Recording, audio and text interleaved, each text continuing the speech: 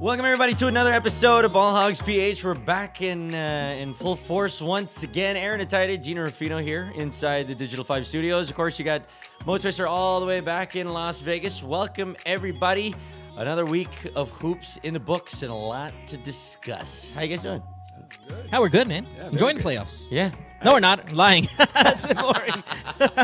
I'm enjoying it. About that. I'm kidding. I enjoy it. Well, we wanted to change things up a little bit here on the show. We wanted to get to the debates first. I mean, we love talking to you guys whenever you call us up and try and debate us. Try at least. Plus, there's just a lot to talk about. I mean, we have a lot of callers tonight as well. It's the most we've had on hold, and I guess rightfully so because it's that time of the year, time of the season. Things are pretty thick. A lot of people have a lot of opinions. So let's bring up our first caller right now. We have BJ on the phone. BJ, how you doing, man? Yeah, hi. I'm doing good. Welcome. Nice to be back on the show. It's great to have you back, man. What is your debate topic? Are you calling from New Zealand or? Yes, I'm actually calling from New Zealand. Nice. Awesome. Thanks, man. All right. What's your debate topic? Yeah, I'd like to talk about the Cavs and the Warriors. My debate topic is the dominance of the Cavs and the Warriors bad for the league? Is it bad for the league? What do you think? I mean, without telling us why, just so we can kind of agree with you or disagree with you. I think no. It is not bad for the league. It's not bad for the league. Okay. All right.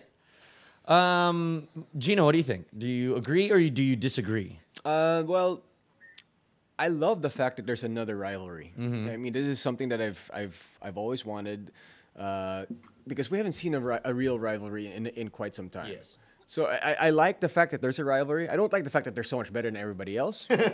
But ultimately, in the grand scheme of things, I enjoy that there's two teams. It's kind of like a throwback to like the Lakers Celtics. So wait, do you agree? No, or I think it's good for. I don't think it's bad for the league. I don't think it's necessarily great, but I just don't think it's bad for the league. Mo? So I basically agree with the caller. Sorry. I think maybe it's bad for ratings, but is it bad for the league? Their dominance? No, I would disagree. I mean, I would agree with Jinno. I don't think it's bad for the league. So both of you guys agree with him. Basically, it's Aaron that's left. And now I have to disagree well, with him. I mean, I can find a way to disagree with the caller. I'm like 60-40 on it. So if you're sold that this is good for the league, that they're dominant, and I'm pretty sure I can come up with a. For me, it doesn't matter. I mean, whether it's for me, it doesn't matter if it's good or bad. I mean, it's neither. The league was going to be really awesome. People are going to be watching the playoffs anyway. And we all knew before the season started that this is going to happen. Exactly. Right? So I don't know. I don't know if you put me at. Fine. I'm going to disagree. I'm going to disagree with the caller. Okay, I've been letting it marinate right now. Again, we don't usually get prepped a lot of. We don't get a lot of time to prep sometimes for these questions. We never prep. I'm going to disagree. I think it's bad for the league. Okay. All right. So BJ, you get to go first. Why do you think? Wait a minute. What about you? Well, no, because I don't know. I don't know if mine is against him. I don't know as an answer. It's either yes or no. Yeah. So I guess it's do or do not. Neither. There is no try. It's neither. It doesn't make the playoffs boring. So you're gonna push out of the first debate on the show by saying no comment. No. My comment is it's their dominance doesn't make the playoffs any more boring or any more exciting. We knew we were gonna get here no matter what. That's what I think. It's not bad for the league. Yeah, but it's not good for the league either. So that, I mean, all I'm saying I'm going to take this stance for every debate we have today. Okay. I'm neither here nor there. No. No. Okay. All right. You know what? I'll disagree with the caller. I'll disagree with the caller. You know what? Fuck it. I get it. All right. So you think it's bad for the league. I think it's bad for the league. Jinno says it's fine. I agree with the caller. It's fine. All right. Okay. New Zealand, who do you got? Me or Aaron here? Both strongly opinionated people regarding this topic. Because actually, it's the third time. It's the third time that I'll be on the show. So the first time I had Jinno. The second time I had Mo. So take Aaron. I have to go with Aaron this time. Damn it! Right. All right. And I was the one that was tweeting you. Crap. All right. Let's hear it. Okay. So tell us, why do you think it's good for the league to have these two guys, these two teams being so dominant? Well, I actually do think it's good for the league because actually ever since we're young, we've always loved superheroes against supervillains. Now with the Cavs against the Warriors, it depends on which side you're on. If you're gonna take LeBron or you want to take the KD moving to the Warriors, or which side is the hero or the villain. Plus, I love the fact that we have another rivalry. If indeed it would be the Cavs and the Warriors in the finals, it would be the third straight year for them. So, and plus, I like the fact that it's 1-1. So, and so, yeah, I love the fact that it's a rivalry there. Um, and I also think another point for me is I think people still do watch the playoffs. It doesn't matter whether the Cavs and the Warriors are dominating their respective series. People still are excited to watch. As a matter of fact, like the Spurs and the Rockets just probably an hour ago. It's a great game an hour, probably. Yeah, great game five, and then plus another exciting series down on the East with Boston and Washington as well. And when you look at the totality of the playoffs as well, we have had a lot of games, a lot of exciting games as well. When you look at the Cavs also in the first round, they've had probably 2 or 3 games which were close games in the first round. So, yep. And All right. then another. Oh, sorry. No, No, no, no. Go ahead. Make a last point. Go ahead. Make a last point, and then we'll debate against it. Another point I'd like to make is throughout NBA history or sports history in general, upsets do happen, although it doesn't always happen, but it does happen. On top of my head, I can think of some of the 1-8 matchups before, like Sonics against the Nuggets, or Heat Knicks, probably Warriors against Dallas, and then some close 1-8 matchups before as well. With on top of my head again is the Charles Barkley led Phoenix Suns against the Lakers, where they were down 0-2, and then they came back to win that series. So it doesn't, like, a dominance for a single team doesn't necessarily guarantee that they would win the series. Within Sure. Yeah. Right. Okay. All right. No, I mean, I think that thing's good enough. Yeah. And again, what you're bringing up now is kind of not part of the argument anyway. So, Aaron, what do you think? Oh, okay. Let's hear it. See, this is my thing. We started out this season knowing, it was a collision course from the start. It was going to be Golden State and in Cleveland that we're going to we were assuming that it was going to get there, and here we are right now, still in the assumption. We're 2 rounds in, 8 games have gone by for both of them, a 16.5 and a 9.5 win margin for both of these teams.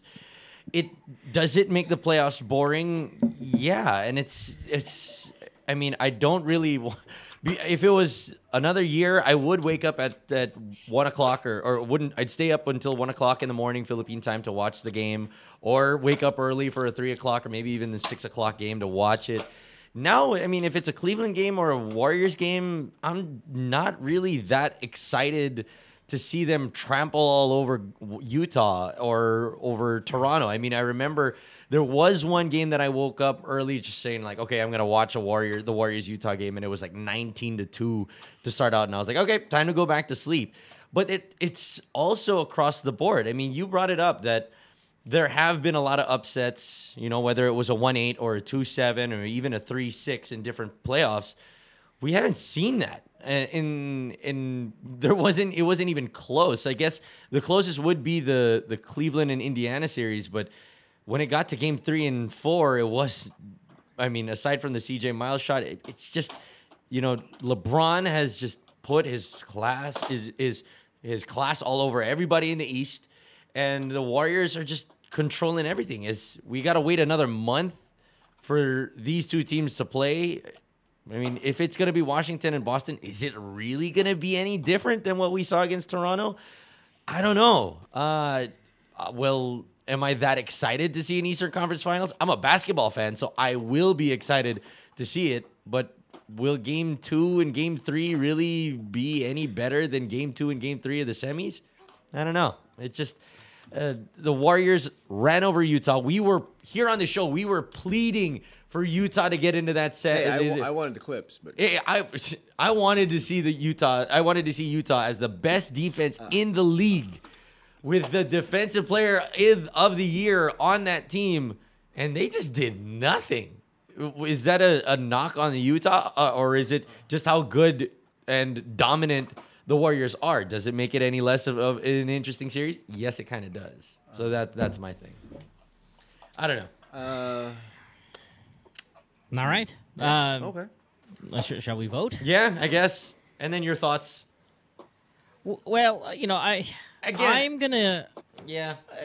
Argument-wise, I didn't like our caller's argument because he brought up a lot of things that weren't related to the topic, which is, are the dominance of the Cavaliers and the Warriors, are they bad or good for the league? Talking about 1-8 matchups and all that stuff. Aaron's right. We didn't see that this year, so that's not a good point to bring up because it doesn't exist.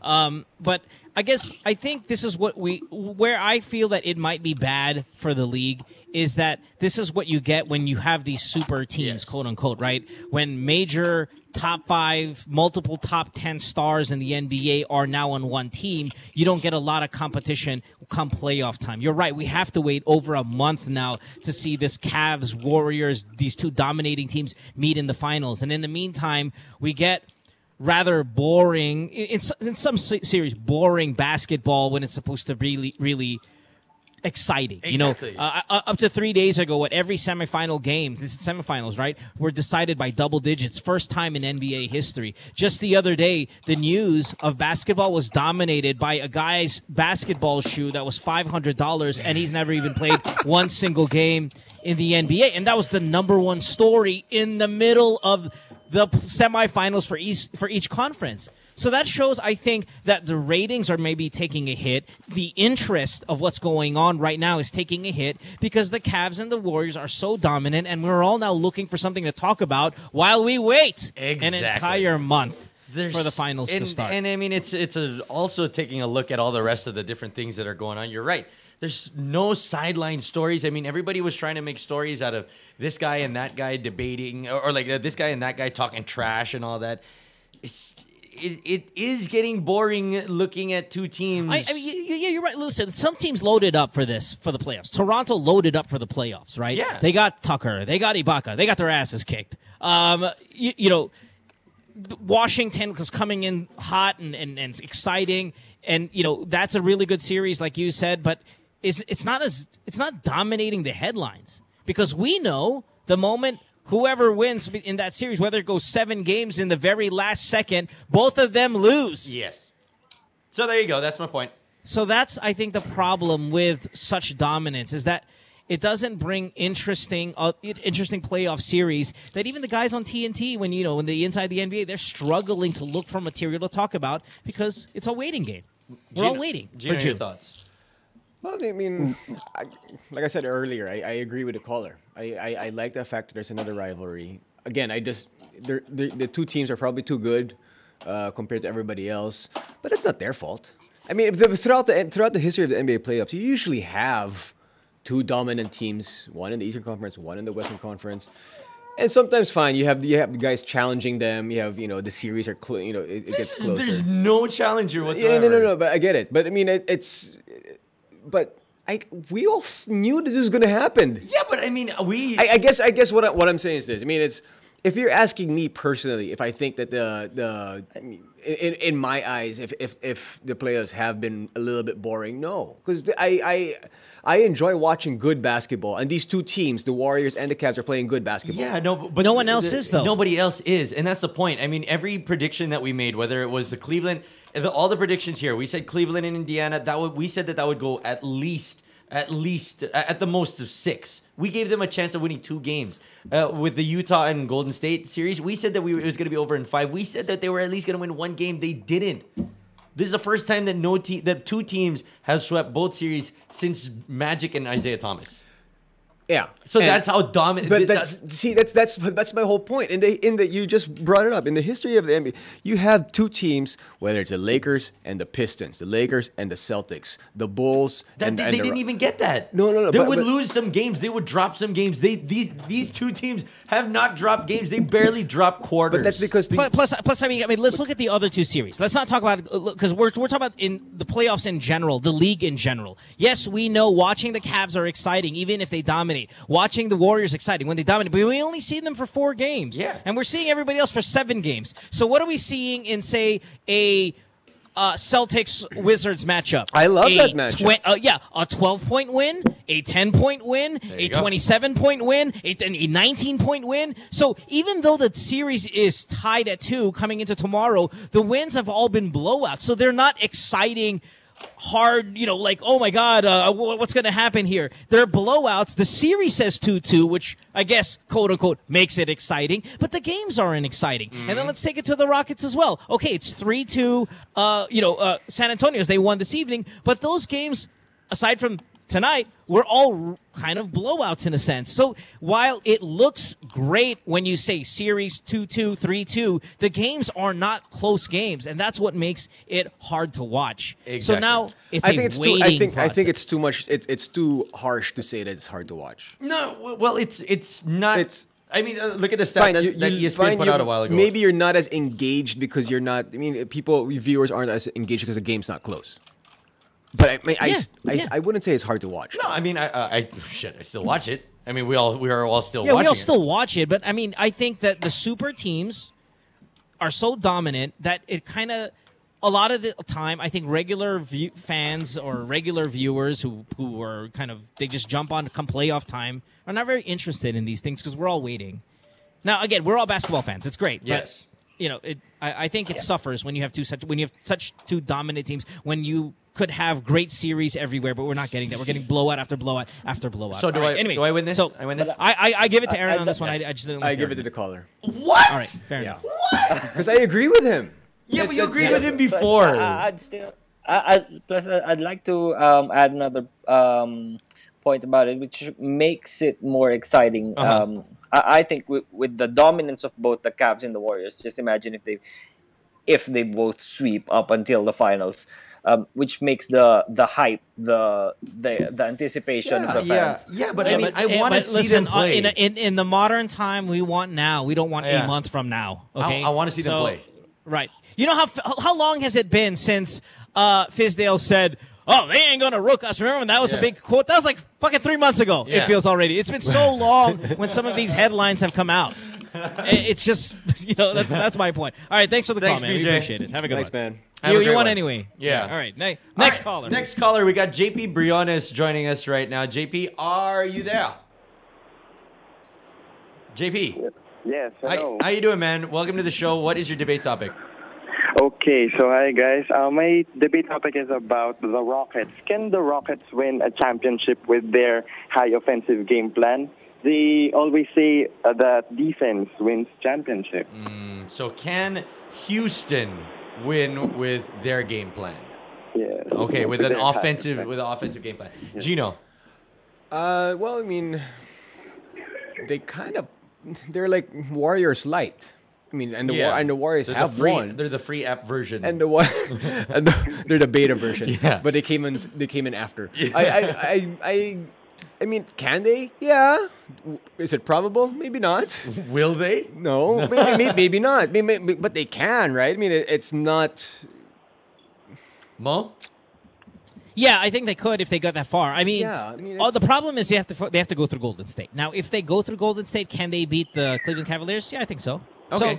So, will their style, based on who's left, the competition that's left, win them a championship? Probably. Yeah, I mean, no, I was going to say probably. That would be blasphemous. It can happen. It can, yeah. It can. Okay, It so can. JP, what is your stand? Well, for me, Rockets can't win a championship because even though they have so many offensive threats, the worst thing that can happen to them is that they can have an off game altogether. Well, Okay, that's the worst wait. thing. Before you make your debate, do you think that they can win a championship with their style of play? Yes or no? Yes, they can. Yes, they can. Uh-huh. Okay, so you say that they can. Jinno says that they can. Mo says that they can. I will have to debate you this time and say no, they can't. Okay. Damn it. Okay. Wow, it's you again. It's me again. Has this ever happened? The back-to-back? No, I barely do any of the debates here. I'm usually the one that handles. I can't wait facilitate. for all of them to be Aaron tonight. I know. Yeah. Yeah. All right. Anyway, Crap. so let's go. All right, let's hear it. Caller, I mean JP, you go first. Why do you think they can with more detail? I think their offense can compensate on their defense, and I know they have so many offensive threats. And I think if there's one player, for example, Harden or Lou Williams, can have an off night, someone would step up. And then that's it. I think that's one point of having their offensive threat, offensive game plan going in their series. Okay, that's it. All right, That's Aaron. it. Okay. See, the thing is, a lot of people will look at the Houston Rockets and think, okay, yeah, offense can win championships because of what Golden State did last year. Man, I can't believe I'm on back-to-back debates. This is nuts. This is so weird. But the thing is, yes, offense can win championships now because of what Golden State did, but defense will still rule it all. I mean, you take a look at what Golden State did last year, 2 years ago when they won the championship. Yes, they were a high octane team. You know, they scored, they had an efficiency rate, offensive rating of 111.6, but even more so than that, they were only the second best team in the league with that. They were the #1 defensive ranked team when it comes on that side of the ball. That's how they were able to win a championship. Last year, when they made the finals and they were 73-9, they were 114.9 points per game. That was #1 in the league. But then, defensive wise, they were the 5th best defensive rating team at 103.8. Now you take a look at the Houston Rockets this season. Oh yes, they are the 2nd best offensive team in the league with 115, but they allowed the 26th worst defensive team in the NBA. You cannot win championships like that. And you take a look at what the series is going on with San Antonio, and that's exactly what you're seeing. They cannot stop Kawhi. They're having divine intervention with how bad LaMarcus Aldridge is playing, and they still lost today. Danny Green really was the one that put them away in overtime. Manu Ginobili as well, 39-year-old version of he's like the dot matrix version of James Harden, and he's still making them pay. You can't win championships that way. If you can't beat San Antonio with that kind of defense, you're not going to beat Golden State, and most especially not going to beat Golden State, and you're not going to beat LeBron. Not with that defense. With that team, who's going to guard LeBron? Who's going to guard Stephen Curry? You're going to have James Harden guard Steph Curry or Pat Bev, and then who's going to guard Klay Thompson? It's just not going to work out if your defense is that bad. That was the concern that everybody had with Cleveland. Can they win with bad defense? And it's still a question up until now. You can't give that to Houston if you're not going to be able to give it to Cleveland in the same way. That's my point. Okay. Oh, man, I'm bringing the heat. Jinno. Well, Bringing Mo? the heat. I traditionally would always bring up the points that Aaron brought up, which is, you can't win championships historically without a top 10 defense, right? We've said that many times here. But we're seeing teams change that trend, maybe like a Cleveland Cavaliers, an atrocious defensive team, steamrolling through the playoffs. If they meet up with the Rockets in the finals, right? And that's what it is. Can they win a championship? Meaning, can they beat Cleveland?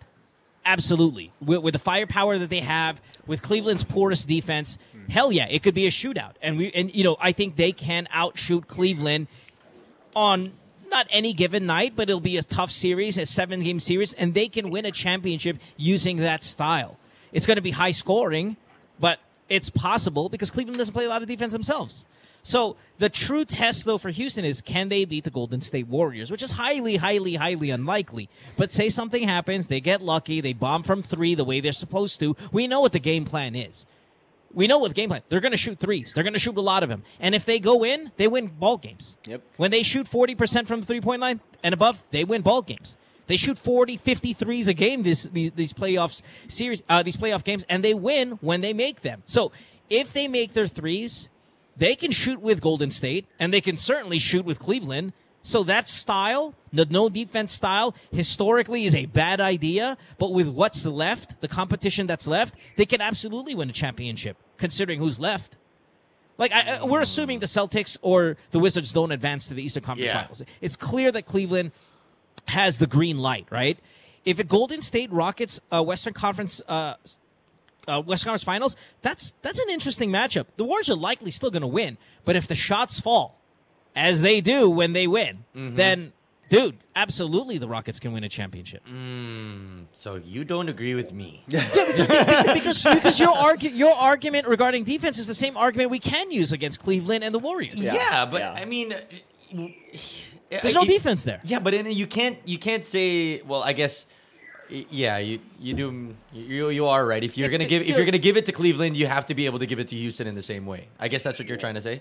Right. That's what I'm trying to say. And if Houston does, in fact, face Cleveland in the finals, then I don't see them being any less dangerous than the Golden State Warriors, considering their style of game. Cleveland is a better defensive team than Houston is. Cleveland is, but Houston will eat that up.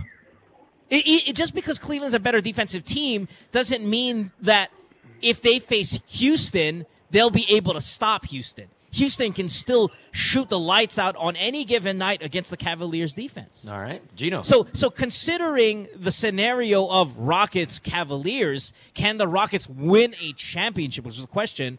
I think absolutely. Now, I think they're going to be underdogs in both series. Yeah. But they can completely win one. So for instance, it was a Cleveland and Houston finals. How would you put it? Like, what would your prediction be? I still think Cleveland would win maybe in 6 or 7. But it's not impossible. But it would not shock me at all if they got hot and they started bombing from distance, because they can shoot with anybody. They can shoot with Golden State. They can shoot with Cleveland. Well, put it this way. I thought maybe we were talking in general, not necessarily this year, because we before this caller we were talking about how dominant both the Cavs and the Warriors. So yes, it's highly improbable, but I mean, so many things can happen. What if KD goes down or Steph goes down with an injury? What if LeBron goes? I mean, you don't know, right? I mean, there's just too many things that can happen. What if Draymond Green gets suspended? But is it probable? Is it likely? No, but it's not impossible. That's what I was trying to say. It's not likely. It's not likely. No, but no one was going to put them as the favorite to win a title. Yeah. His question was, is their style suitable for a championship team this year, considering who's left? Now, who's left? Celtics, Wizards, Cavaliers, Warriors, and Spurs in themselves, right? Now, they're down. They could be eliminated in the next game. Who knows, right? But if we put the scenario that, okay, they advance, and they can face the Warriors, and they face Cleveland in the finals, because that's what has to happen, right, for them to win a championship. Can they shoot with those guys? Can their style be successful against those teams? I think the answer is, yeah, possibly. Not a sweep. Yeah. I mean, especially if it was against Cleveland. Yeah. I think they got a shot. All right. Yeah. All right. So I lost this one. Well, I'm 1 for 1 today. JP, thanks for the call, man. You win this one. Great job. Thank you. Thanks, man. Appreciate it. He didn't sound too happy. You won Gilas products, by the way. Yeah, no, he probably thought he lost. No, he won that. He won that. You won. Congratulations, Right. JP. Thanks, man. Appreciate it. Thank you, buddy. Thank you. See, the thing is, I really just don't see them getting past San Antonio. I don't see them getting past Golden State. I don't see them getting past. That's just dodging way too many bullets. And Mike D'Antoni, trust me, does not have enough bullets. Dude, okay, while you brought up that the Rockets lost to the Spurs today, they took the Spurs, a dominant home team, to overtime, okay? And they shot only 33% from the three-point line, which is a bad shooting night for them. And they were still able to take the Spurs to an overtime at home. So that's a pretty legit stance that they just put out there. Like, okay, we can do this. I mean, we might lose this, but we can totally come back here for Game 7 and still be able to succeed on this floor. Yeah, without Kawhi, I think this is going to go 7. No, but they got Kawhi. Kawhi will be there. Kawhi should be. He has to be announced. there. No, but he already announced. Oh, okay. Yeah, no, that just came a few minutes ago. All right, cool. So we had 2 callers in. Both of them decided to we have go one up more? against me. I believe we have one more. We have one more. All right, Raj is joining us right now. Raj, are you there? Raj, who's Raj, Hi, how you guys doing? how you doing, man? What is your debate topic? John Wall, is he the second best player in the East? Well, we all know who's number one, but is John Wall the second best player in the East? Okay. Well, are you mean overall or today, like as of right now? Overall, I would say overall. Wow. Even Not even above IT. Wait, as hold good on. as Wait, IT has been, wait. John Wall's on a whole different Wait, level. are you talking about in With the general teams that are the left? entire Eastern Conference or the teams that are left in the playoffs?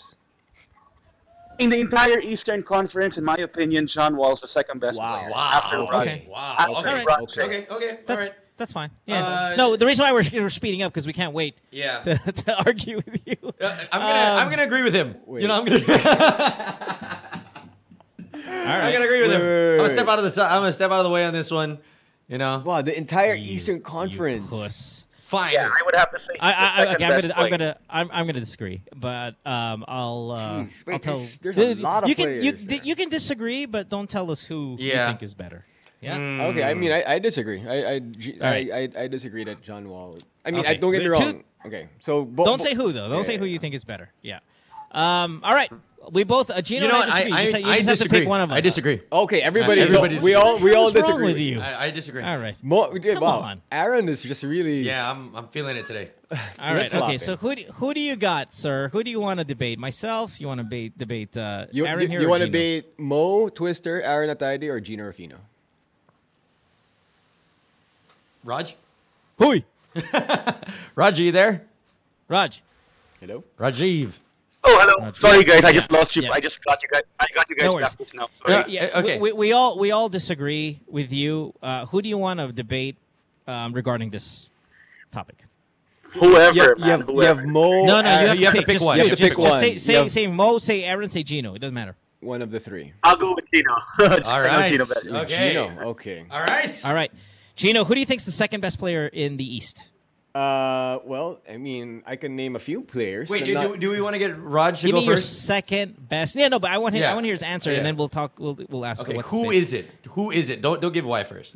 don't give why. Yeah, who is the second best player in the East? I mean, you have Jimmy's Just- buckets. You have just Giannis pick one. Antetokounmpo. Just pick one. Fuck, I'll go with Giannis. Okay, all right. I was gonna pick Giannis. That was too. my answer too. Yeah. All right, Raj. You say John Wall. You have I would the say floor. John Wall. Why? Okay, wow. The Go. reason I say John Wall is because no point Because guard I'm a in the East bandwagoner. Sorry, what? Sorry, what? Go. Oh, what was that, Raj?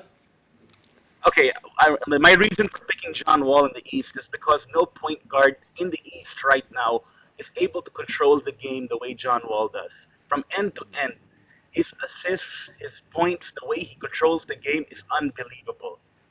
If they were to go on a head-to-head collision with Cleveland, I think the Wizards would have the best chance to beat Cleveland. Well, Cleveland is too good, obviously.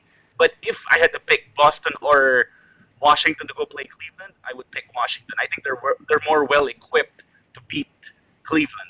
Also because of John Wall. Kyrie, as good as Kyrie Irving is, I don't think Kyrie Irving can stay in front of John Wall for the entire 48 minutes. They're gonna have to switch up on him for sure. Okay. John Wall averaging what? I think, if I'm not mistaken, he's averaging 11 or 12 assists. Those are ridiculous numbers. Shooting almost 47%, 48%. Yeah, but he did that pretty much I the don't know. regular season. So for me, in my opinion, nobody's controlling the game the way he is. Sure. Okay. All right. All right. Who's Gino? fire. Gino, go ahead. I mean, if we're talking about the players that are left in the playoffs right now, then hello, Yeah, he's there. Raj. It's Yeah. okay. No, we'll get him back. Go. All right. Is he there? Yeah, just go. Okay. We'll get him back. Yeah. The reason why I mean, if we're talking about the players that are left in the Eastern Conference right now, then he's probably correct. But if we're talking about the entire Eastern Conference, the entire with a Giannis Antetokounmpo, with a Jimmy Butler, with even a Paul George, Really? Even better than Kyrie? I think he's better than Kyrie right now. Okay. But right now, I would go with Giannis Antetokounmpo. He mentioned about the point guard who can dictate the game as better as nobody can do it better than John Wall currently.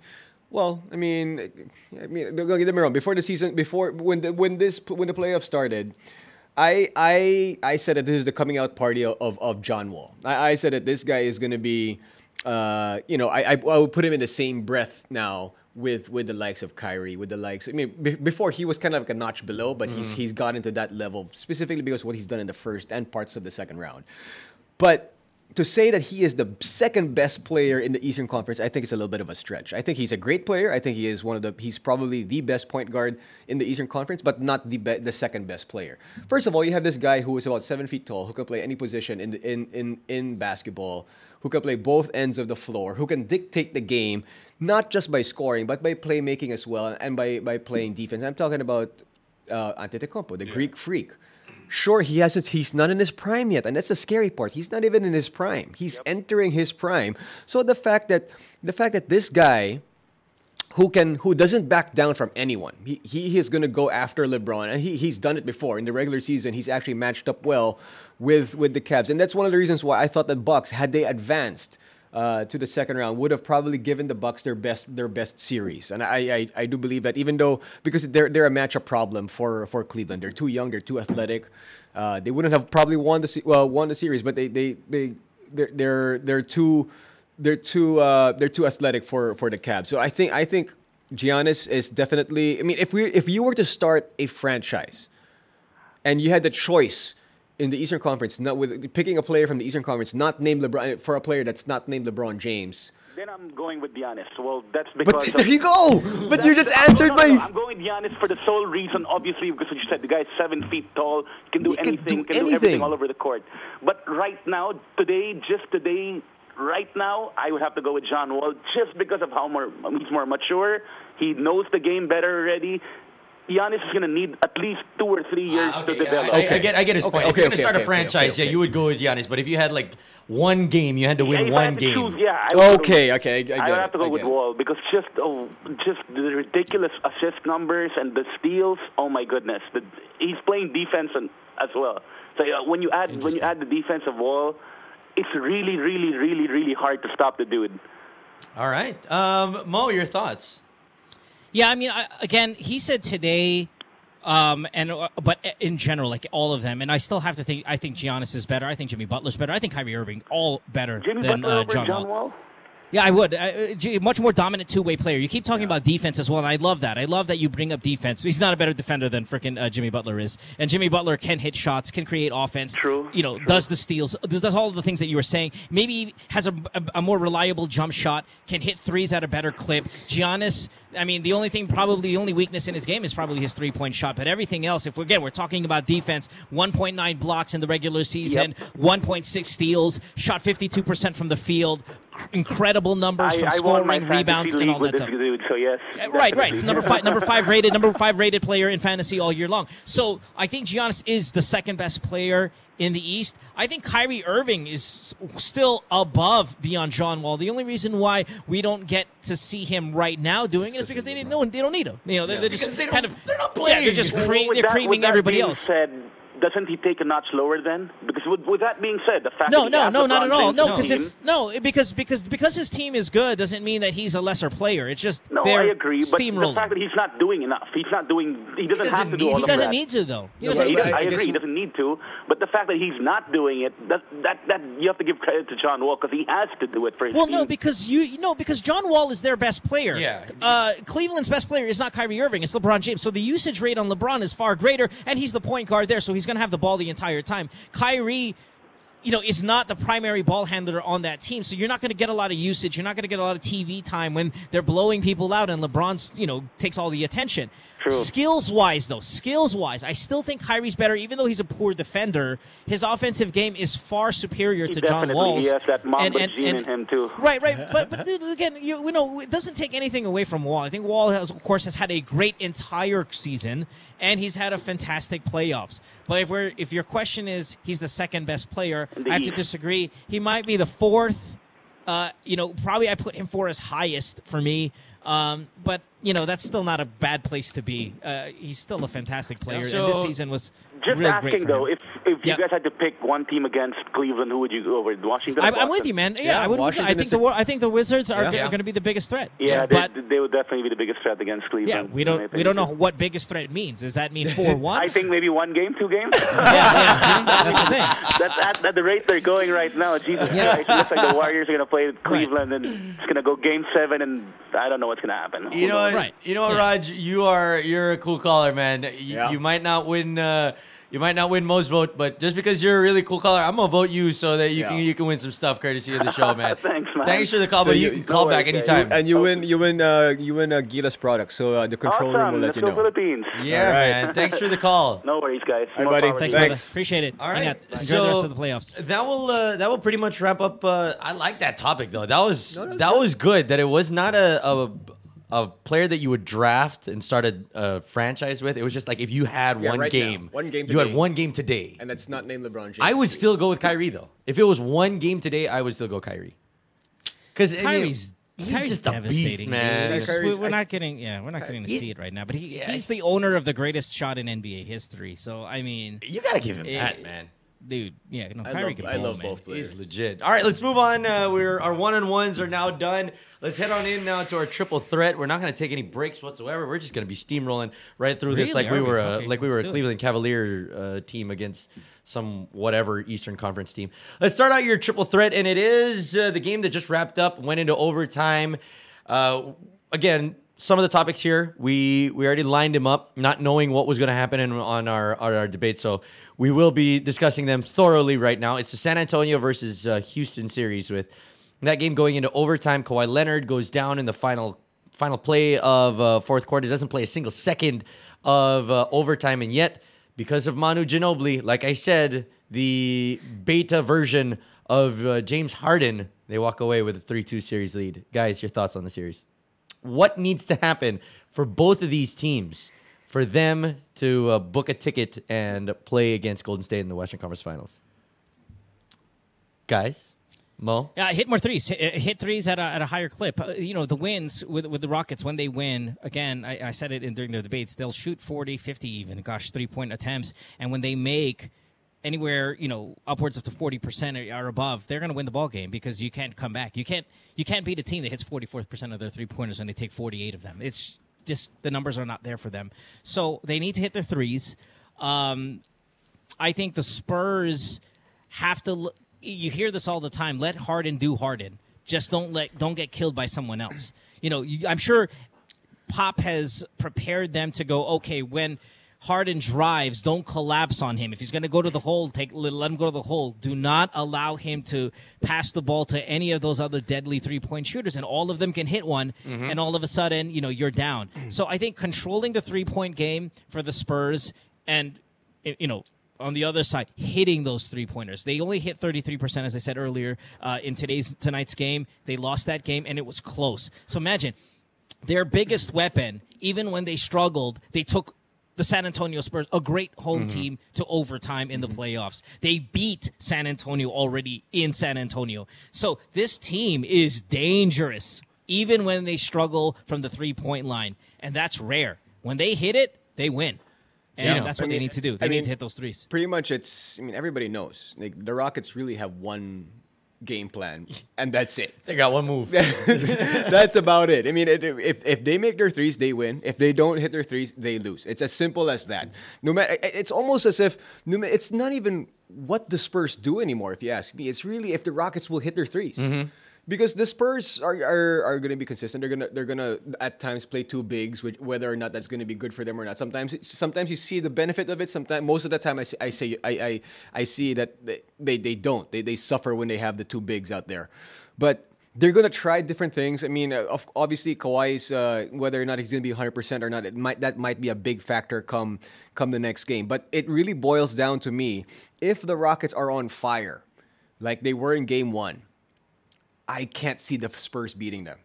But will the Rockets be on fire? I think that's really the question for me. And it's for a Greg Popovich and a San Antonio Spurs franchise who usually control a series. It really, to me, for the first time I've seen it, and I don't know, maybe forever, in a long time. It really comes down to whether or not the Rockets are able to hit their outside shots. Yeah, for me, it's for the Spurs, for them to be able to move on in this series with or without Kawhi, LaMarcus needs to show up. Every time that he shows up and he looks like he wants to be out there, they're a very dangerous team, especially if Kawhi is not going to be able to play in Game 6. I know he said that he will play, and whatever, maybe Pop might have a different mentality. 100%. Exactly. LaMarcus needs to go out there. I love that Danny Green, after 82 games of absolutely sucking in the season, and then in the playoffs, slowly getting his form. And that's why Danny Green was always so high on a lot of fantasy lists, is because of how he plays in the playoffs. Everybody was hoping that he was going to do so in the same thing in the regular season. But now he is hitting that, that April and May form that we have grown to appreciate from Danny Green. One other thing for San Antonio is they need to stay healthy. They already lost Tony Parker. You don't know how long the wheels will stay on Manu Ginobili. LaMarcus don't look like he's running right either. They need to stay healthy. For Houston, I know it's asking a lot from this team, but they have to play some defense. Like, you need to try. There are plays where it's only Pat Beverly that is out there trying to play defense. At least body up somebody. Could chase down, close out on a shooter maybe. If it's Danny Green, please close out. That's what I see as the key if they want to come back and win back-to-back games, one in Houston and back in San Antonio. But if I were the Rockets, I'd be really confident about my ability to win this series. I mean, again, tonight, what happened? They lost, but it still looked great. LaMarcus Aldridge had a massive game. You said, let's have LaMarcus Aldridge show up. Okay, no, fine. He didn't shoot well from the field at 7-21, but he had 18 and 14. He played 42 minutes, so he was out there, and that's what you need to see.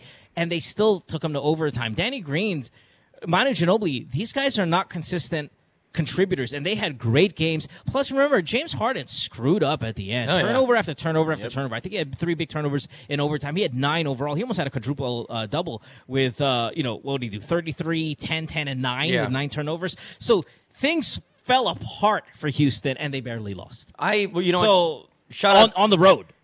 So, minor adjustments, lessen the mistakes. Even if they struggled with their 3-point shot tonight, they took them to the brink, all the way to the end here in overtime. So if I were the Rockets, I'd be really comfortable and confident about where I am coming into Game 6. Shout out to Patty Mills, though. That dude is balling. Yeah, he is. He's balling. Yeah, but I mean, look at he had Bull. But again, these are guys that you can't really count on a every night basis. Mm-hmm. Dude, Ginobili's as much as great as we he looked tonight, and as much as we love him, we don't know if we can do that again. Can Danny Green hit a 30-foot 3-point shot like that again? Probably not. Clutch time. Can he? That's the thing. It's like all of these things had to fall into place for them to squeak by Houston tonight. So if I were Houston, I'd be like, dude, we go home. We're going to take care of business, and then come Game 7, just don't make these mistakes, and don't let these old guys, certain oldies here, or certain non-consistent players beat us. All right, moving on. Let's head on into the other remaining series. Of course, it's the Washington and Boston series. That one's tied. What do these two teams need to do to pull out a series wins, guy? I mean, I said it in the past episodes, and I'm going to say it again because it does seem to be consistent that when the backcourt, when both of them play well, Wall and Beal, that really gives the Wizards the best chance to win and to advance here. They have to stay at a high level every single night. Bradley Beal has to be really, really confident every night. And then if you can get what you get from the supporting cast like Otto Porter or Gortat or Morris, if you can get a fairly decent game out of them, then you're in really good shape. I like the Wizards in this series if that backcourt can just bring the responsibilities that they have on a nightly basis. Bradley Beal's got to get really confident because we know John Wall is going to do it. Mm-hmm. Yeah, I mean, at the start of the series when Boston absolutely massacred the Warriors, and then when Boston came back. Wizards, the Wizards. When the Celtics came back in game number 2, and where it looked like it was a complete choke job by Washington. I felt good. I still felt good that Washington still had a chance. I do remember both of you said, no, it's over. The Celtics are gonna take this. But I mean, look what happened in Washington. they took care of business. Sure, you know, John Wall has been absolutely phenomenal. It is his coming up party, like we said earlier in the show. But I think it really comes down, Mo, you're right. I think it comes down to what Bradley Beal can contribute. If he manages to you know, show up in game number 5, and I think whoever wins game number 5 is going to win the series. And it's this is a little bit of a close series for me, and it's a little bit of a throwback series with how physical it's been, and you know that these two teams really don't like each other, and I love it. I really do. I've been enjoying the series maybe more than any other series that's so far in the playoffs. But I think it comes down to also how much Bradley Beal can contribute if you're Washington, and if you're the Celtics, you know, what else can Isaiah Thomas do? I mean, this guy has pretty much done everything for his team, despite all the things, all the drama that's been surrounding him with his family, with the loss of his sister in the beginning of the playoffs. And I think this team, that the Celtics, have figured out how to rally behind him. You know, they figured out how to, you know, because in the start of the playoffs, it looked like he was more okay than his his teammates. It looked like the team, you know, there was a dark cloud surrounding the team, and it looked like the teammates were feeling so bad for him that they started playing bad, while IT was playing pretty good throughout.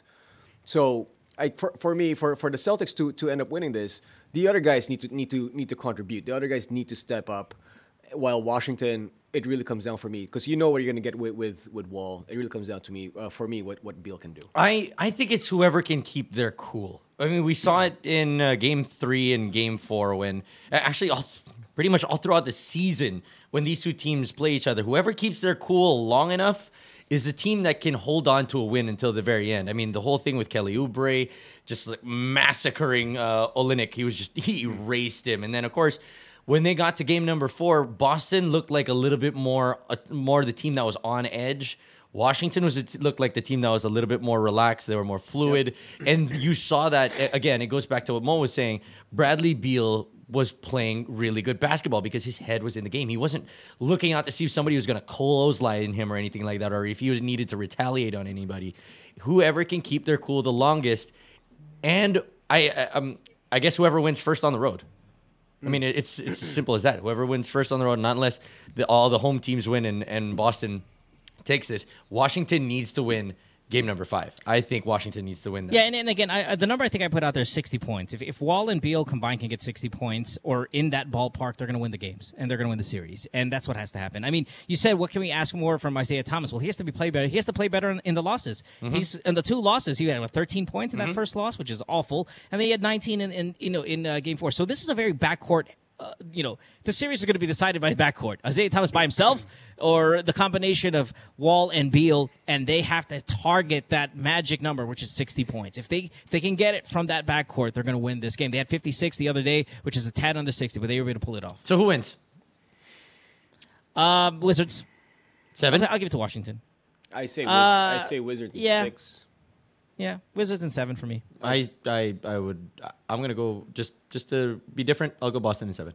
I say fair enough. Wizards All right, let's go. We've been talking about them since the start of the show. We've only seen a total of 16 games from both of these guys. They've just been dominating all throughout. Golden State and Cleveland have already made their way into the conference finals. Like I said earlier in the show, this is the first time since I believe it was the 78-79 season where two teams have swept their way into the conference finals. But what have been the things that you've seen that you like and or dislike from or both from Cleveland and Golden State? Okay, well, I mean, the one thing, I guess, for Cleveland, the thing that I enjoy, that I like the most, is also the thing that I don't like the most. It's funny because it's the same thing. It's playoff LeBron. Oh God. I mean, there is no question that he is the best player. I mean, what he's done so far in the postseason, I mean, he has done everything. But at the same time, and that's what I like about it. I mean, obviously he rested, and this is the reason why he rested in the regular season, so that he can do this in the playoffs. And it's almost scary. I mean, Kyle Lowry said there's nothing they can do about him. I mean, it's basically they're admitting defeat, and these are the guys that he's going up against. But at the same time, Kyle Lowry wants to leave the East. It's that bad. It's that bad. But yeah, and go to the West. But Right. yeah. Anyway, good job. saying? Anyway, so but at the same time, LeBron James is averaging what, over 40 minutes a game, and the reason why he's doing this is so that the Cavs are able to get some rest while they take care of business by sweeping the first 2 rounds. But I just think that's a little bit too many minutes as well for LeBron James. Sure, I know he's a freak athlete. He's not human. He takes care of his body better than pretty much maybe anybody else in the history of the game.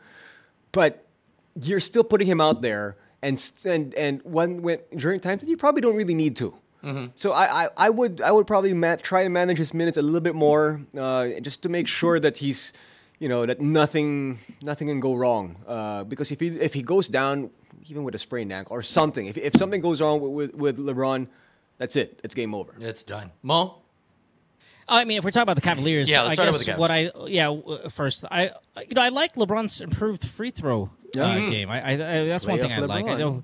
I know he's worked on his free throw recently with Kyle Korver, who's given him some tips. So I think that's going to be big, man, because these games, especially once they get to the finals, are going to be pretty close, I think. And to be able to hit free throws, he had the worst free throw season, I think, of his career this year, regular season-wise. So it's the improvement in the playoffs with the free throw recently, with the work that he's put in, I think I like that. What I don't like is kind of the attitude. Again, there's not a lot to hate about the Warriors and the Cavs with the way they're playing, so I'm going to look for things that's, maybe not too basketball related. LeBron saying that he has nothing else to prove.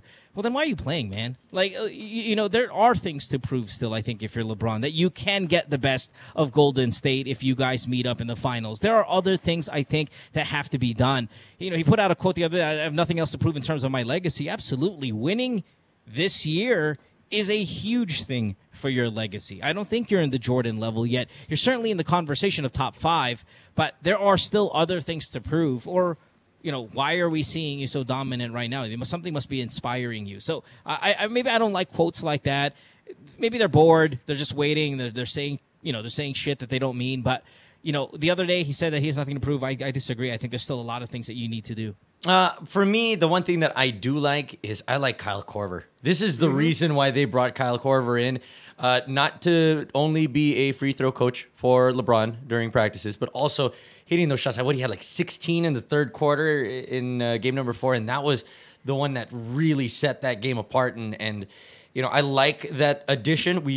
When that trade happened, we thought that it would have been an instant fix to what Cleveland was going through. Apparently, this is what it was for. And I believe it was you, Mo, that said it, that this trade was going to be, you were going to feel it in one game in the playoffs more than anything else. And I think that we might have just felt it, if not another couple more, as we move towards maybe a possible championship for Cleveland. What I don't like is I don't like Tyronn Lue, talking about, him having the hardest coaching job in all of the NBA. Come on, man. You took Blatche's job last year. Towards the tail end of the season, you really just had one season under your belt right now. Come on, you're all right, man. You got LeBron, you got Kyrie.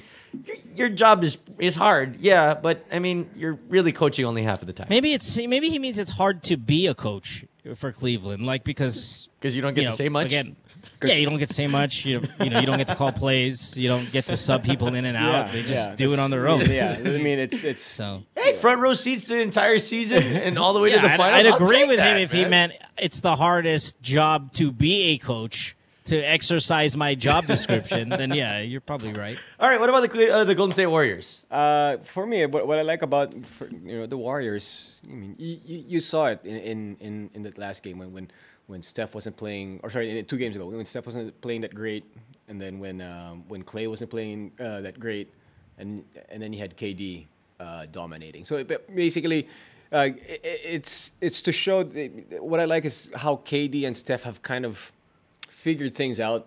I mean, KD hasn't really played that many games in all the games in the playoffs. He was out a significant amount of time during the regular season, yet they still look like a team that's been together for years. And it's partly because, you know, the culture that they have there, the basketball IQ that all the players have, and they really fit well together, and they look so dominant, you know, on offense and even on defense as well. And all the pieces seem to fit.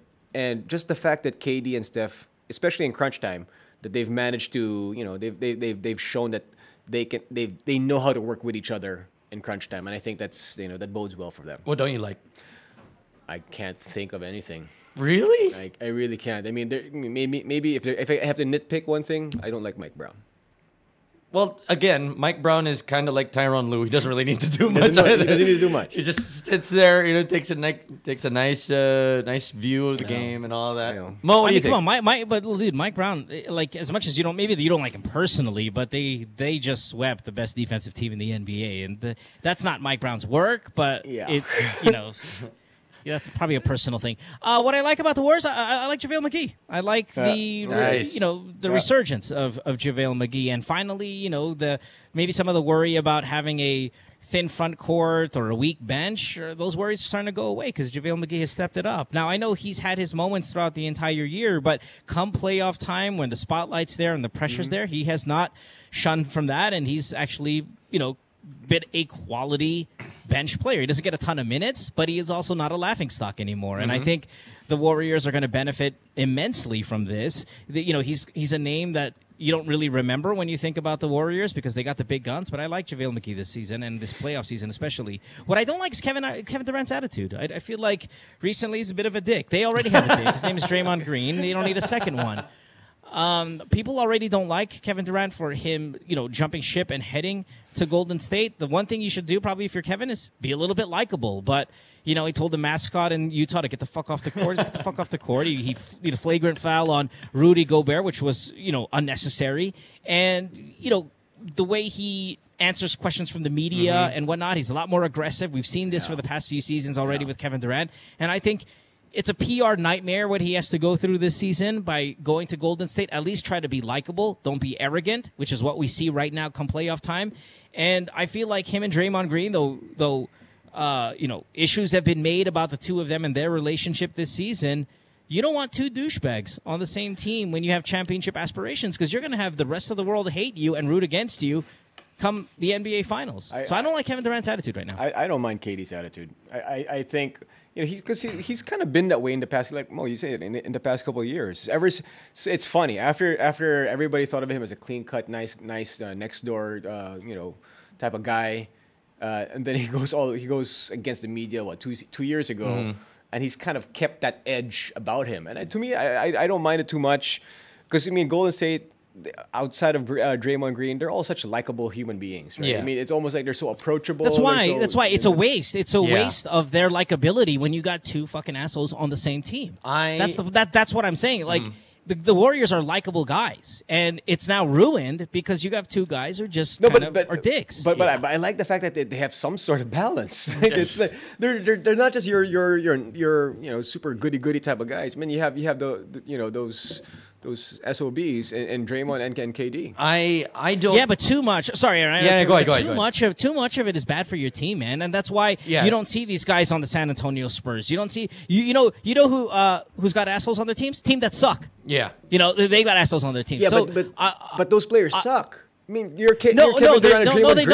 DeMarcus Cousins, it doesn't suck. There are other guys out there that have attitude problems that they certainly don't suck. They're they're upper echelon players. It's just I think when you get a certain culture of negativity, it might rub off. And what a shame! What a shame that you've built up a clean cut, positive environment and image, and only to go to waste from last season with a guy that's kicking everybody in the balls, and then Kevin Durant, who's kind of has a problem, for example, with mascots trying to, you know, get the team riled up or the audience riled up on his whole, you know, on the road. Exactly, like you're on the road, man. But I mean, fine. Let's say it. Fine, they're not as clean cut and goody as they were because of KD and Draymond, but they're gonna win. No, see, and again, to get to my point was that this team seemed to like lose their PR manager. Like it's incredibly bad. That was what I was gonna say. What I didn't like about them, the whole thing with Draymond talking about Kristaps saying, oh, come on, man, this is your biggest problem. Yeah, oh, I got hacked. Mine was even worse. I posted a picture of my dick. You know, I mean, why is Draymond talking about other things? Is he that bored? I mean, with the whole maybe they're Colin bored. Kelly Olynyk. Maybe they're bored. But Exactly. Why? Just concentrate on the game. Yeah, but I mean, for me, I think it just makes him a little bit more interesting. I think it takes away. I mean, fine. Yes, you're right. There's always interest in issues and scandal and all that. But your personnel, the quality of individuals have downgraded, and I think you're going to lose non-Warrior fans over it, and that's a shame. Matt Barnes, he's a dick. He's on your team. Yeah. You know, there are guys there that not a lot of people like. I love the fact that they have assholes on that team. Because you're old school like that. Yeah, but you know, Stephen Clay and, you know, even Andre Iguodala, they're such likable people, right? But I mean, you have the other, you know, you have two sides. But why would you want negativity? Like, that's the thing. I don't get. If you're not everybody lives in San Francisco, and if you don't live in San Francisco, you're gonna hate them now. And when a year ago or the year prior you did. I'm fine with that. You're fine with that, Jinno. I'm saying it's a waste of the culture and the positive image that you've built. Dude, in the end, we all want to have a positive image for us. Like, I don't want to have a negative image of myself. We all want a positive, even though, you know, obviously I do. And if there's a way to change that, I'd take that way. But I just don't think they care. I think I don't think they care about the positive image anymore. I really don't. I think it's, you know what, I mean, Draymond's kind of ruined that for them in the past couple of years, but they managed to win. No, see, but the thing is, before you used to still like Golden State, but you would hate Draymond. Now it's kind of like, okay, it's all encompassing. Everybody there's a dick. You know, I mean, you hear, you know, KD saying, oh, you know, that foul wasn't that bad. This is why they call our league weak, soft and stuff. Like, dude, what happened to you? You used to be such a mama's boy, you know, and everybody used to look at you. Now you're calling everybody else in the league soft, and I don't know. That's the one thing I don't like. The one thing I do like, Stephen Curry's facial hair. I like he's growing it out. It's not as puby as it used to be. Let's head on into our final topic right now. It is your Gilas-Pilipinas topic, of course, happening on Friday. It will be the start of the SEABA Championships here in Manila, and our Gilas-Pilipinas team put together quite a lineup. Yeah. With Andray Blatche now here. Coach Shot Reyes saying that he is my main man. He's my number one dude. You know, all faith in Dre. And we take a look at the lineups of the other teams, and they don't seem to be like the team ace. So do you like that we are sending our best team in a tournament that we could have sent our C team and maybe won? We could have sent a UAAP team. Yeah, we could have sent LaSalle and naturalized Ben Mbala, and we might have won that. And have all these other teams, like especially the FIBA Asia Championship to draw already happened, where we are in a group with Australia, who was the number one ranked team in our group, Chinese Taipei, and Japan. Yeah. So do you like that teams will be able to get game tapes on us now that this is the first tournament back with Coach Shot Reyes, with the new Andray Blatche, and new players on our team? Do you like that we are opening ourselves up to everybody else's? I did ask Coach Jong last week if it was a little bit of an overkill with the line, but to me, I don't mind it. I mean, the teams, yes, there's a lot of new players there, but the main guns that we have on that team are still the veterans. I mean, Matthew Wright has played well. Pogoy and some of the other new guys have played well as well. But when it comes down to it, I think you still need the repetition. I still think you need the experience of these young guys to be able to know the system, to know what it's like to play with the older guys, to integrate themselves in Coach Chot dribble drive system, and of course the defensive schemes as well. And if the cost of that is for Australia, Chinese Taipei, Japan, and other teams that we're going to be competing against in Asia, sees video of us, so be it. Don't matter. Don't matter. Don't matter at all. So be it. Mo? I hate that we say overkill. I hate saying things like, I mean, it's so, we were just saying how we don't want to be dicks, yet anybody who says, it's too overkill to send these guys. Oh, I'm too smart for this show. I'm too this for that. It's like, it rubs me the wrong way when I hear it, man. It's basketball. You got to go out and compete, all right? And if you're going to put your players out there, the best you've got, then I don't think anyone's going to take it against you, and I don't think you should at any point go, oh, we're just going to destroy them anyway. It's a smug way of putting things, and I don't think that's the mentality we should have coming into an international tournament, especially when we are not one of the top 5 teams in the world. Okay, we still get our asses kicked in a global tournament.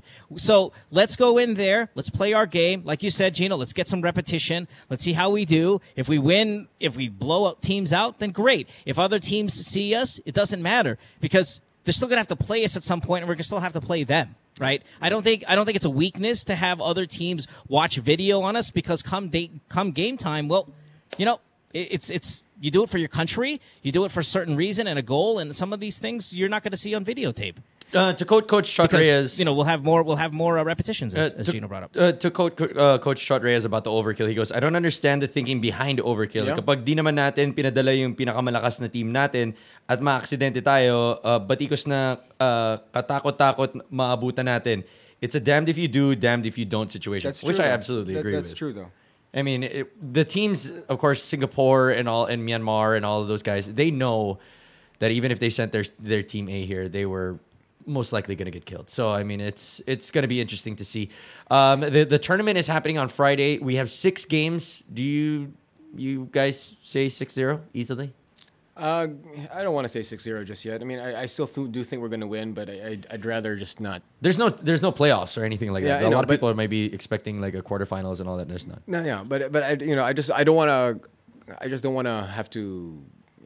I want to wait for the Let's not games. be overconfident. Yeah, let's just not be overconfident. yeah. I mean, if we win all 6, then great. But point differential, like, who are we to say, oh, yeah, it's going to be a slaughter. Oh, yeah, we're going to fuck them up. Like, it's not good character. It's not good sportsmanship to have that mentality. And we're not swinging the biggest dick in basketball in the world. And until we do, let's It's good to be confident, but not necessarily, just let's confident to win, not talk about point differential. We're talking about point differential, man. Like, what's going on there, man? All right. Well, the one thing that is for sure is that we will have Noel Zarate on the show to discuss a little bit more about Gilas-Pilipinas. So we're going to cut to a break right now. When we return, we'll try and find out a little bit more about our competitors. Keep it here on Ball Hogs PH.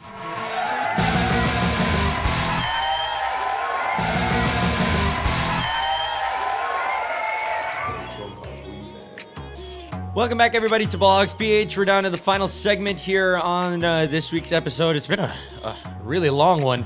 Aaron, Jinno, and Mo, once again here for Ball Hogs. How you guys doing? Joining us on the show right now for Press Box, we have the voice, really, of 6 different channels. The only barker that I actually enjoy really listening to while watching the games. Thank you very much. Noel Zarate joining us. He's very, very impartial whenever he barks a lot of the games. Noel, thanks for joining us on the show. Hey, thanks for having me, guys. Let's talk about the Gilas-Pilipinas team and, of course, the SEABA tournament that's going on. Yep. I know you're very familiar with, you're more familiar than we are with a lot of the other teams, the other countries that we will be playing. Break it down for us. Who are we going up against? Well, first of all, we're going up against Myanmar. That's going to be, I think if you, Aaron, Jinno, and Mo put a team together and get 2 girls, you might even do better than Myanmar. Really? Now I'm rooting for Myanmar. Here's the lowdown, guys. Myanmar actually went up against Singapore in the last Southeast Asian Games. That was in 2015. And they lost to Myanmar by, 50 points? They lost to Singapore by 50 points. Jesus. That's Singapore. Oh, my God. You know how much they lost to the Philippines? Oh, my goodness. This is going to be good. 98. 98 points. So it's going to be practically a workout. They do have one 6'6" guy, but that's practically it for Myanmar. So that's our first game. And that's going to be pretty easy. And to think the SEABA tournament that we had, that was a team that we sent our cadets.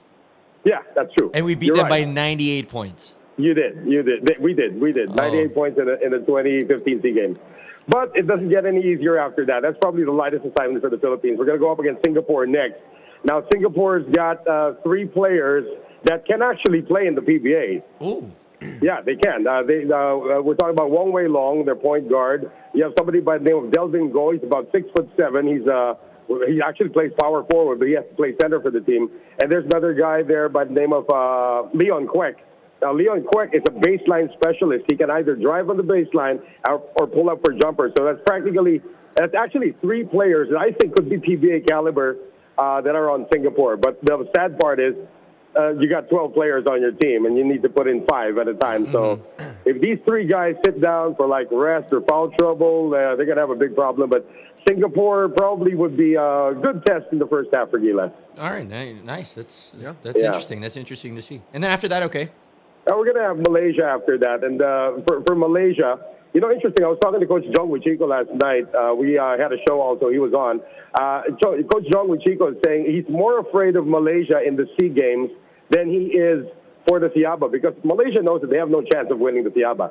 So what they did is they sent their B team. Some of the youth members are in there as well. So they sent their B team to the SEABA, and they held back 4 of their best players. They're not playing here right now. Now, the thing is, Malaysia will be hosting the SEA Games this year, in August. So they'll be fielding in their A team plus a naturalized player, and they'll be going up against Gilas, the ones who weren't in the final 12 for SEABA. That's going to be interesting. But for the SEABA, well, Malaysia's not going to have their strongest lineup, so that's easily 30 points. Okay, so if let's say for Singapore, how big are we talking here?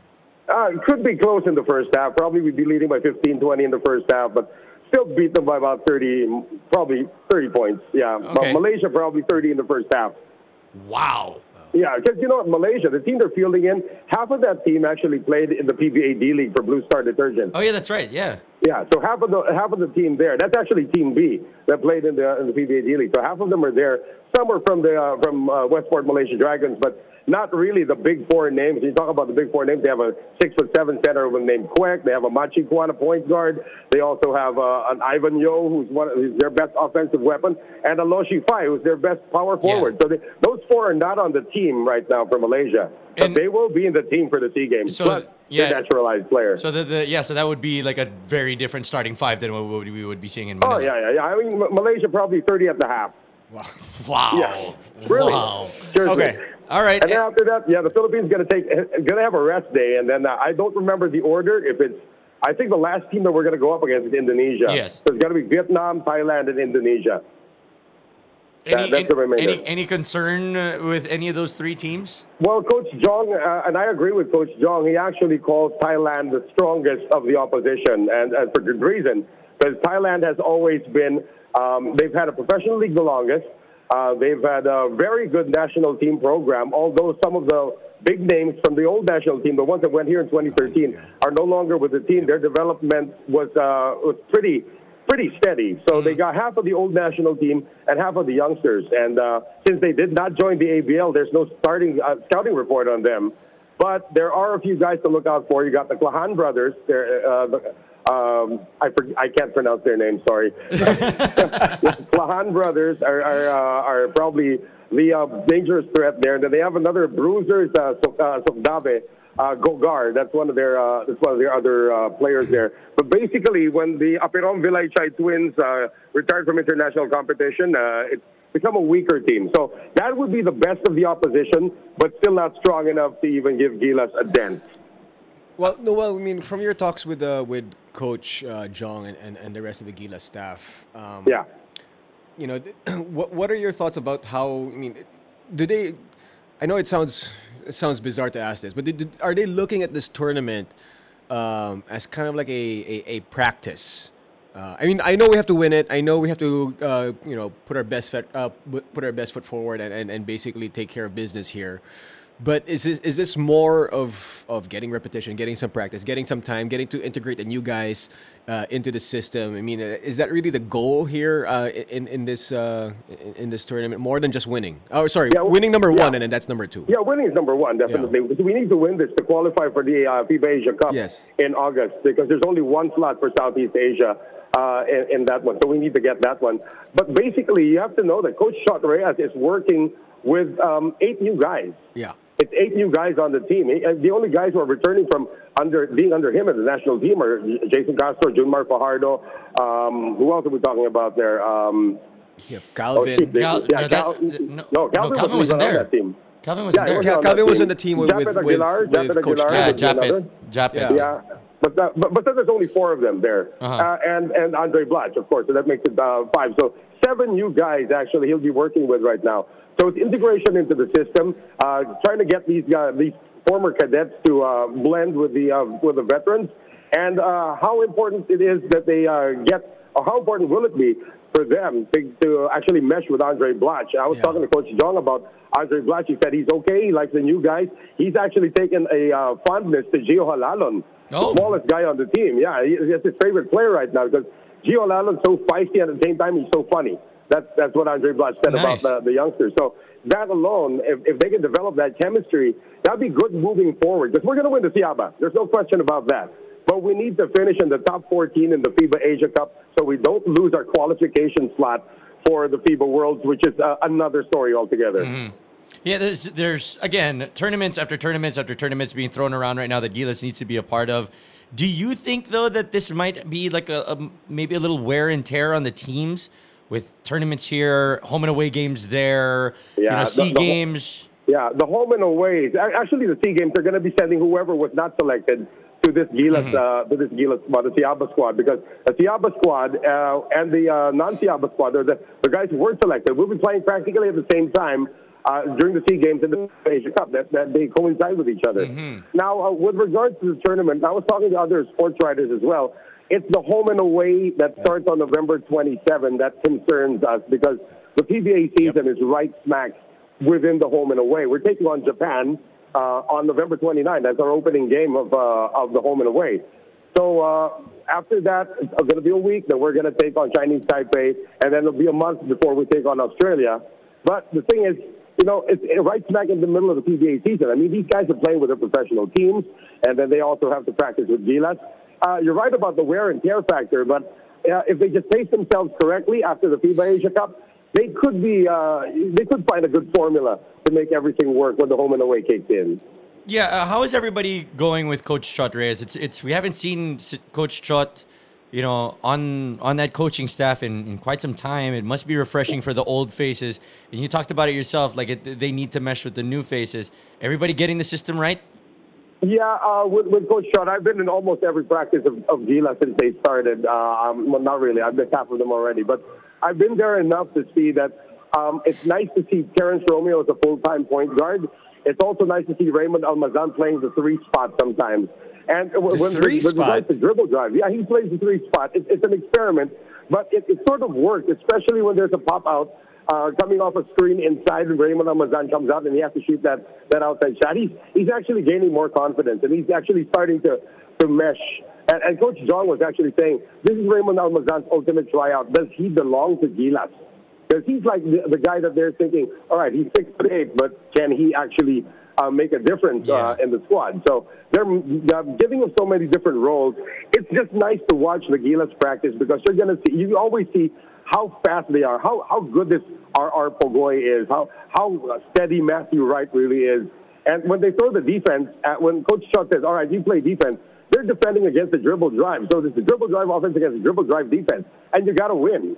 So it's interesting because now they have to think about both sides of the coin, and it's really good. The basketball IQ of the people they select, I think that's the number one criteria. All 12 of them have excellent basketball IQ, and I think, we might even have a chance to not only podium in the FIBA Asia Cup, we could win this, actually, in the FIBA Asia Cup. We could. Even with Australia in a group.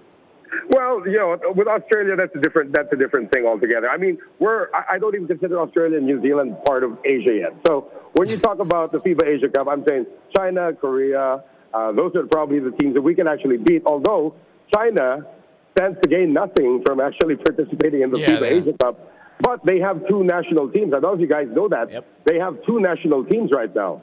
So they have their regular national team, and then they have their developmental national team. They're under the same program, and they will be participating in all the several tournaments. And then come the FIBA Asia, the World Cup in 2019, these two teams will merge. Nice. That's very interesting. That's and these interesting. are two strong teams. And it's going to be kind of scary for us. Yeah, it's going to be kind of scary for everybody. I mean, if those two teams merge, they can actually beat some of the European teams already. They're that good. All right. Well, Noel, thank you for dropping by. You're always it's always fun talking to you, whether it's here or, of course, in person whenever I see you at the games. Right? Yeah. Thanks for joining us on Ball Hogs, man. No bad beat story. Yeah. Wow. No. No. No, I actually have one, Gino. But No, don't give me your bad. Please, no more bad beat stories. All right, have fun, guys. All right, thanks, Noel. Thanks, buddy. All right. And that'll pretty much wrap up the show. Good episode, guys. That was a lot of meat in there. Yeah. And we'll see you, next week. We'll Yep. see who's left come NBA playoff time. Next week should looks be like- the start of the conference Yeah. finals by then, Yeah, we'll find, right? We'll Yeah, find it out should be. who's It should be. who's going to be there. And finally, LeBron will play. Yeah. All right. Well, that'll right. do it for We'll us. see you guys. For Mo Twister in Las Vegas, Gino Rufino, I'm Aaron Atide here in Manila. Everybody that's behind Ball Hogs PH, we'll see you guys next week. Bye-bye. All right. Bye.